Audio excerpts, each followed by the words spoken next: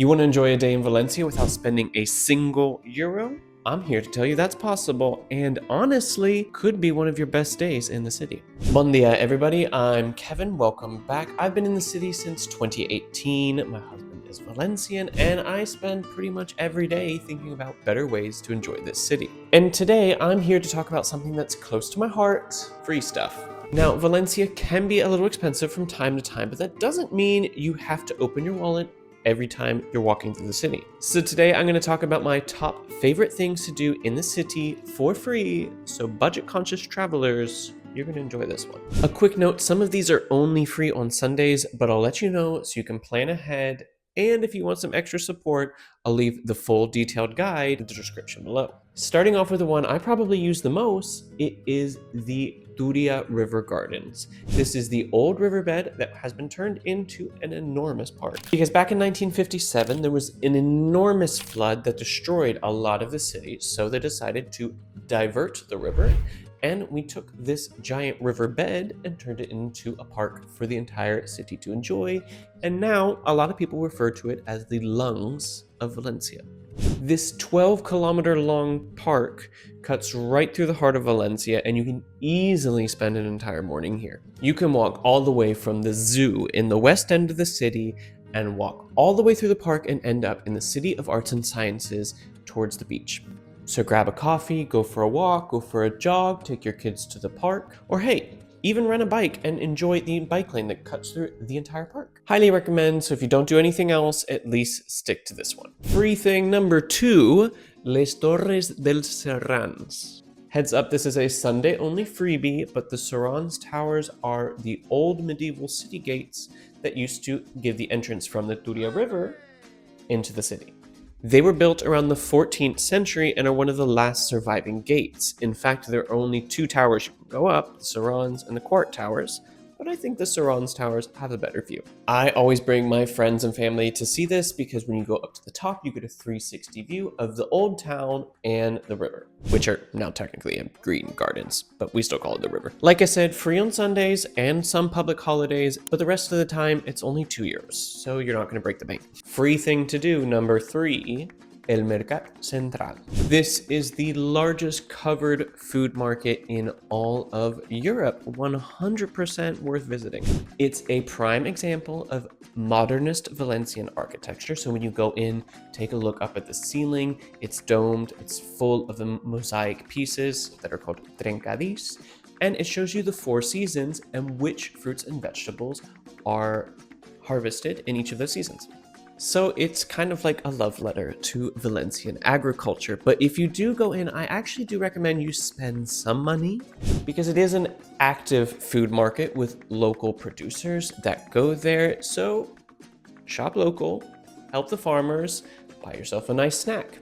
There's also a nice bar in there called the Central Bar. It's from a really renowned Michelin star owned chef, but this one is kind of cheap.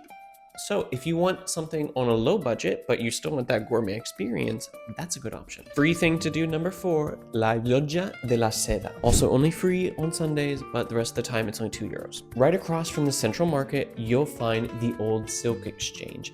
It is the only UNESCO World Heritage Site we have in the city, and it is my personal favorite building. It was built in the 15th century when Valencia was basically the capital of commerce for the Mediterranean going into Europe. You'll find these amazing spiraling stone columns that shoot up into the ceiling. The ceilings, which are all adorned by gold, so you can tell they had some money when they built it. And there's also a really nice orange tree courtyard when you walk in. So the whole place is just full of tiny little details and beautiful architecture. Next up on the list, La Ciutat de les Arts y les Ciencias. I'm pretty sure you've already seen photos of the City of Arts and Sciences. It's absolutely gorgeous and something you have to visit. Now, while the museums and the aquarium do cost money to go on the inside, you can still enjoy a walk around the entire city for free. And I really think the architecture is worth the trip. You see the white tiles reflecting on a pool of water. You're right in the middle of the park. It's a completely unique place that you won't find anywhere else in Valencia, or Spain for that matter. And in the summer, they do open air concerts for free as well, so that's something to keep an eye on. And since it's at the end of the Turia Gardens, it's a great place to go if you are already enjoying your walk. Free thing number 6 is pretty self-explanatory, La Playa. So if you're coming to the Mediterranean city, of course you're going to go to the beach. La Malvarrosa is the one that's closest, so that's probably the one you're going to want to go to. It's huge, it's got a really long boardwalk, plenty of shops, restaurants to go to, lots of space to just enjoy the sun. And it's right next to El Cabañal, which is a historic town that's now part of the city. It used to be an old fisherman's town, and I really recommend visiting it. Totally different vibe, but super fun to look at. Next thing on the list might not be for everybody, but if you like street art, then you want to go to the El Carme neighborhood. It's right in the heart of the old town, and this neighborhood is full of art everywhere you go. From political murals to things that are a little bit more playful to things that describe traditional Valencian culture. There's a lot of things to see. My strategy is just go get lost. Go find stuff, go walk around. You'll have a great time. Next thing on the list, San Juan del Hospital.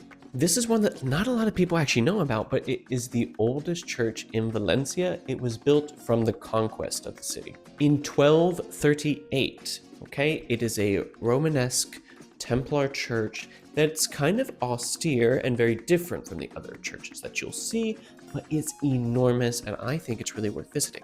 Plus it's free, so that's nice. Next one on the list, Parc Gulliver. This is from Gulliver's Travels, if you've ever read that book. So if you're traveling with kids, this is the perfect thing to do because it's a giant park that's shaped as if the park was Gulliver.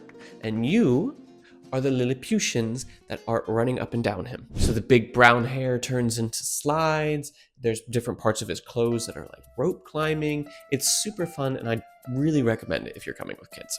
Again, it's near the City of Arts and Sciences, in the middle of the Turia River Gardens, so super easy to get to.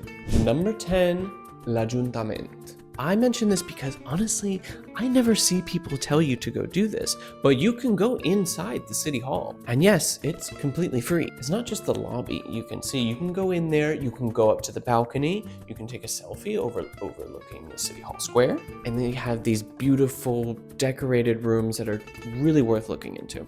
You can check out a room that's just filled with crystal and mirrors and beautiful silver lights. They also have an entire history museum of the city within the city hall that you can see. And if you're lucky, they don't always have it on display, but if you're lucky, you can see the original coat of arms and the original flag that was flown during the conquest of Valencia, again, 800 years ago. So 100% worth visiting. Definitely go see this, but it's only open from Monday to Friday, so you can't on the weekend. And last thing to do, maybe this sounds kind of silly, but really go walk around all the different places. Valencia is full of different squares that are really pretty and kind of hidden little alcoves that you wouldn't have thought of visiting. There's famous ones like La Plaza de la Reina that everybody takes pictures of, but there's also a lot of smaller ones that not a lot of people know about, like La Plaza del Patriarca. You can easily spend an afternoon just walking around, enjoying the little hidden squares, having a coffee, and enjoying the city. It's not fancy, but it's a great way to experience the city for yourself, kind of like how the locals do. So there you go, 11 completely free things to do in Valencia. So whether you're a budget traveler or maybe you just want to do some extra things that aren't on the main lists, these are some great ideas. So anything you need, it's going to be in the description. And if you need some extra help planning, make sure to sign up to my newsletter. I send out weekly tips. Or if you want to see if the travel card is worth it for you, make sure to use my calculator so you can figure out if you're saving money or not. All of that's in the description below. Please like and subscribe. It really helps me bring free content for you guys that are hopefully useful and lets me eat more bunyols. So I hope this helped. I'll see you in the next one. Bon viaje.